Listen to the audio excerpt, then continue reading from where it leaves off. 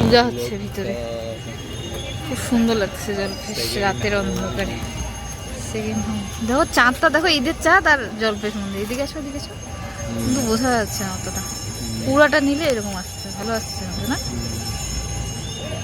সত্যম শিবম সুন্দরম।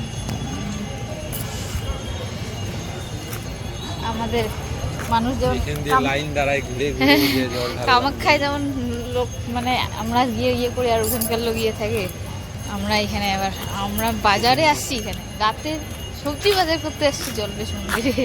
বিশাল ব্যাপার।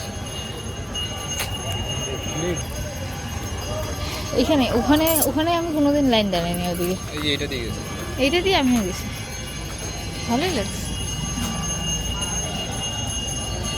চলো হাতিটাকে নিয়ে যাবো। নাও, এখানকার যে ফুলগুলো আছে না, গোলাপগুলো এই সাইজ, ওই বড় বড়, মোটা হয়েছে। হ্যাঁ ওটারই সাইজটা যদি পিসের ডাল পাওয়া যায় দারুণ হবে না? লোক ঘুরতে আসছে তাহলে রাতে। চলো আর ঘুরবো না, আর ঘুরবো না আমরা। হ্যাঁ বাজারে যাই না, একটা দুটো ছবি তুলি তো। সব খুব লাগতেছে রে, ডেঞ্জার লাগতেছে টিপটা।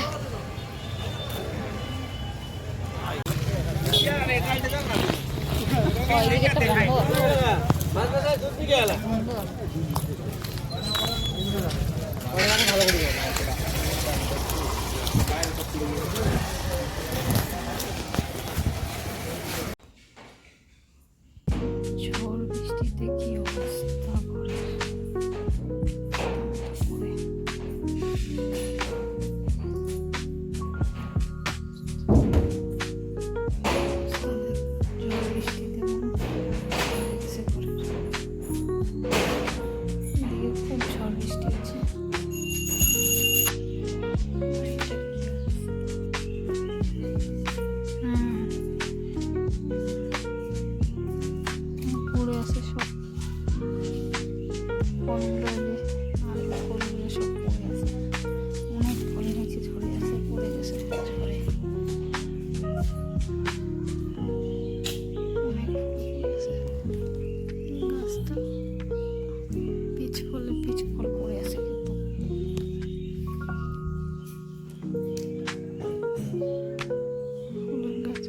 জল পায়ে একটু ভালো হয়েছে।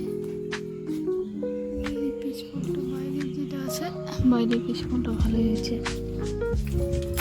অবস্থা জাস্ট ঢুকলাম, পেঁপে পড়ে পিছন কীভাবে পিছনগুলো পড়ে আছে, অনেক পড়ে গেছে ঝড়ে, খুব ঝড় হয়েছে। আমি কিছু লাগাইছি খাওয়ারে, যে আসছেন পাতাগুলো ভালো হচ্ছে। এটাতে ফুল দেখে গেছি, হালকা ফল আসছে। লেবুটা কি অবস্থা, চৈত্র মাসে এমন বৃষ্টি, মনে হচ্ছে বর্ষা চলে আসছে। বর্ষাতে যেমন জঙ্গল হয়, আর নদীর দিঘির মাছ তো মারাই হইল না, তাতেই অবস্থা দেখো।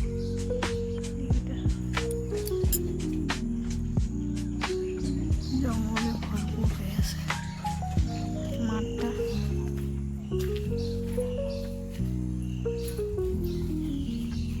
দিঘির মাছ মারাই হলো না, তাতে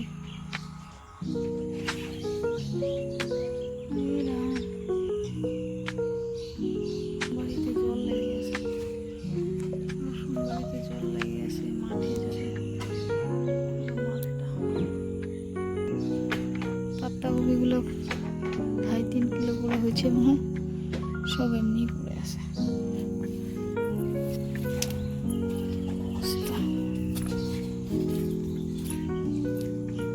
লেবু কয়েকটা আছে, পেঁপে নিয়ে পাইকে পড়ে আছে। কি অবস্থা হয়েছে, কিন্তু ভালো হয়েছে।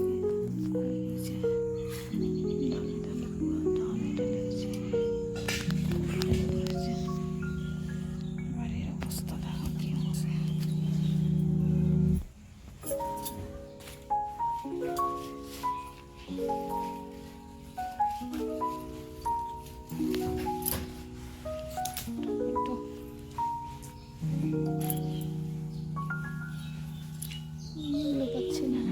গোলাপটা ভালো হচ্ছে এটা গোলাপ। আরেকটা যে কোথায় লাগাইছি ডালিয়া, আরেকটা গোলাপ কোথায় লাগানো হলো?